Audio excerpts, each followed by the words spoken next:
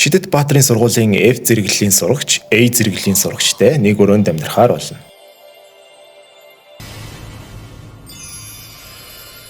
Манай гол дүр болох Курогана Икийн Шидэт Баатар болохыг зорддог нэгэн. Харин Шидэт Баатар гэдэг нь шидийн хүчийг удирдах чаддаг тусгай хүмүүсийг хэлдэг. Ерөнхийдөө л шидийн хүч ашиглаж сэлмээр тулдаг ертөнц гэдээ ойлгож. Үйл явдал маань Ики бэлтгэлээ дуусаад дотор байран дах өрөөндөө орж иртэл хагас нүцгэн охин өрөөнд нь зогсож байснаар эхэлдэг.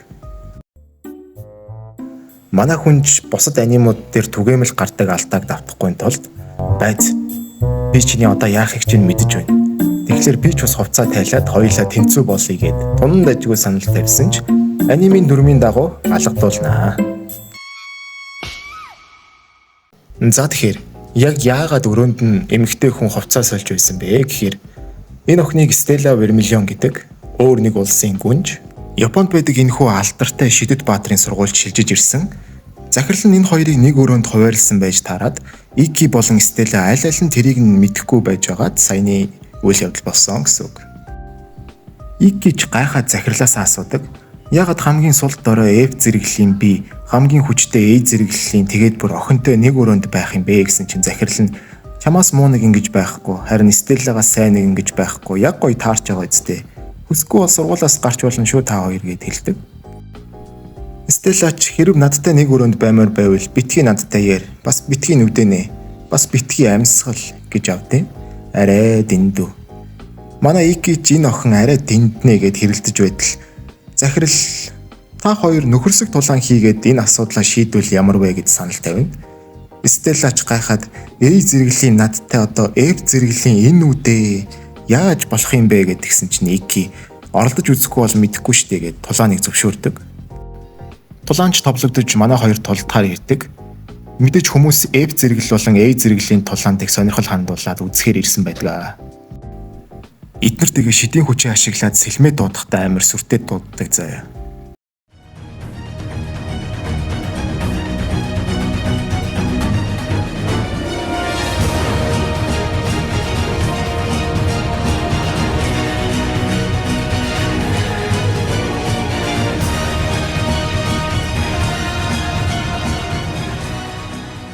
Энэ хоёр ялагдсан ялсныхаа боол болж хэлсэн бүгдийг нь хийж амьдрна гэд хоорондоо тохиролцсон байгаа шүү заяа.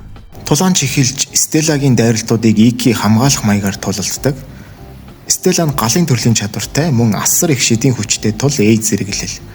Харин Ики шидийн хүч маш бага. Дээр нь нэмээд ямар нэгэн онцлог гал мөс салхи гэсэн чадвар байхгүй болохоор F зэрэглэл тооцогддог. Стелла Ики тандаж яг бултгаж тухтахтаа сайн л юм гэж хэлдэг. Харин Ики энэ дайрч эхлэх бөгөөд бүр Стеллагийн сэлмийн урлагийг ашиглаад эхэлдэг. Өрсөлдөгчийнхөө хэм маягийг хуулбарлаж бүрэн уншдаг гэсэн үг. Стеллаг хүмүүс гоц авьяастай болохоор огт хичээдэггүй гэж боддог ч Стелла ч гэсэн үнэндээ маш их хичээж үдийг хүрсэн. Энийг нь хүмүүс анзаардаггүй. Харин Ики тэрнийг нь анзаарч Стеллаг магтдаг. Стелла ч баг зэрэг Икийг хүлээн зөвшөөрөөд бүх хүчээрээ дайрахаар болно. Ики харин өөрийн хамгийн хүчтэй дайралт Ито шурааг ашиглан Стеллаг амархан ялж чаддаг.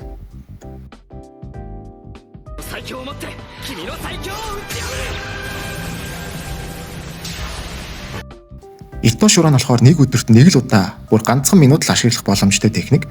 Энэ техникийг хэрэглэж дуусны дараа манай хүн бол шууд унаад өгдөг. Ики хэдий шидийн хүч маш бага ч гэсэн ердөө 1 минутын дотор тэр багахан шидийн хүчээ тесэлж гаргадаг гэсэн үг. Ингэснээр маш их хурд болон хүчийг ердөө ганц минутын турш олох боломжтой. Тулааны дараа Стелла захирлаас Ики ийм хүчтэй байж яагаад F зэрэг байгаа юм бэ гэж асуухад зэрэглэлийг шидийн хүчээр л тодорхойлдог. Харин Икигийн шидийн хүч маш бага. Гэхдээ тэрний сэлмийн урлаг гайхалтай. Тийм болохоор яг тэрний жинхэнэ хүчийг, жинхэнэ зэрэглэлийг нь тодорхойлох систем байхгүй гэж хэлдэг. Тулааны дараа Ики ялагдсан боол болно үсттэй санаж байна уу Стелла гэхэд юу ч байсан тэгээ тушаагаачтэй донтой юм хийлгүүл хийлгээч гэж хэлдэг. Тэгсэн чинь Ики инээд алдаад миний өрөөний хамтрагч бол гэж хэлдэг. Нэр. Бүтэхгүй гэхгүй. Стелла бас л дургу байгаа ч гэсэн гуйгаад байгаа бол тэгхээстэй гэл зөн дээрээ зан гарганаа. Энэ угаасаа айгүй зөн дээрээ дүр байхгүй. Ики ч тулааны дараа хөөрхөн хүмүүсийн анхаарлыг татчихсан. Сонингийн клубын охин ирээд таны талаар нийтлэл бичиж болох уу энтер гээл. Стеллач Икийг харамлаад хардаад байж байтал Икигийн дүүн гэд бас нэг охин сургуульд шилжээд ирчихсэн байдаг. Тэгээд бүр ах дээрээ ирснээ уулзалгүй удажаа ахаа гэж шууд үнсээд авдیں۔ Стеллач мэдээж бүр балмагдаад дүүг нь холдуулдаг. Ах トゥ хоёр байж яаж ийна гэдэл. Тэгсэн нөгөөх нь хайрт ахтайгаа энгийнээр л мэдчилж штэ сүртэй энтер гэж авна. Тэгээд бүр Икигээс болоод манай хоёр шидэд элднүүдээ гаргаж ирж тултаад зөвшөөрлгүй газар тулдсан хэрэгээр 0 цэвэрлэх шийтгэл аваадахдаг. Энэ дүүг нь Шизуку гэдэг бөгөөд мэс болон усан төрлийн шидийн чадвартай. Бөө юм болж Шизуку юутайч өрөөндөө очиход өрөөнийх нь хамтрагч Алис гээд залуу хүлээж авах болно.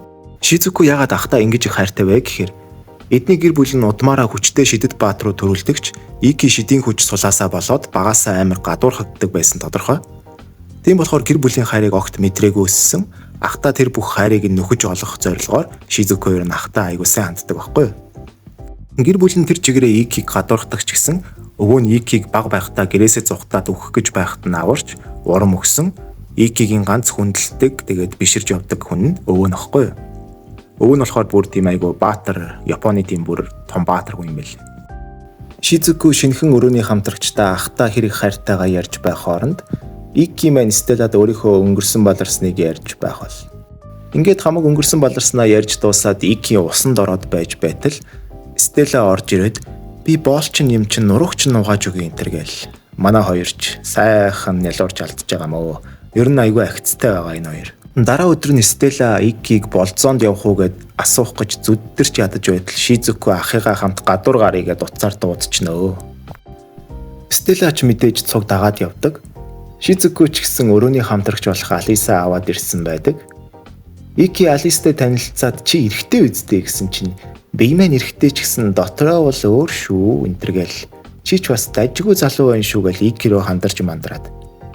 Тоглоод байгаа мó жинхнээсээ юм уу мэддэг. Манай хэд ч гадуур зугаалж яваад нэг газар ороод юм идчихэд Ики Алис хоёр 0 орчход байж байтал дээрэмчүүд орж ирээд дэлгүүрийг нь эзлээд авнаа. Энэ үед Алисын чадвар болох орон зайн хооронд сүүдрээр дамжин шилжих чадвараар Ики Алис хоёр нууцаар хөдөлж эхэлдэг.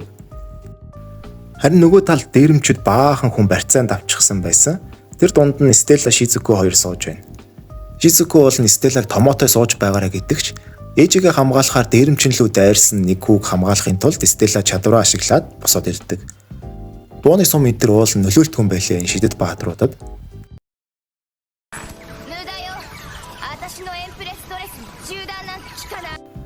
Гэвч дээрэмчдийн дунд ч гэсэн чадвартай хүн байж таарах бөгөөд Стеллагийн дайралтыг шингээж аваад нөгөө гараараа буцаага дайрчдаг.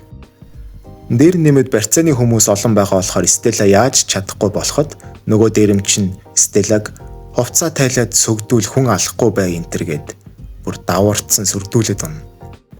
Ики уг нь энэ үед аль хэдийн ойрхон ирдсэн байдагч шууд туслахаар явъя гэхээр Алис сүудрийг нь барьж авчаад хөдөлгөөнгөө болгоод хүлээ дүүдээ итэг гэд явуулдаггүй. Нэгсээр энэ үеэр нь Шизуку усан хамгаалт босгоод барьцаалагдсан хүмүүсийг хамгаалаад амждаг. Шизукугийн шидийн ачаар барьцаалагдсан хүмүүс бүгд аюулгүй болж хамгаалтанд орох болно. Барьцааны хүмүүс аюулгүй болсон даруйд Ики шууд Итто шурааг ашиглаад харж амжихгүй бол дайралтыг минь буцааж чадахгүй үздэгээ дээрэмчнийг шууд ялдаг.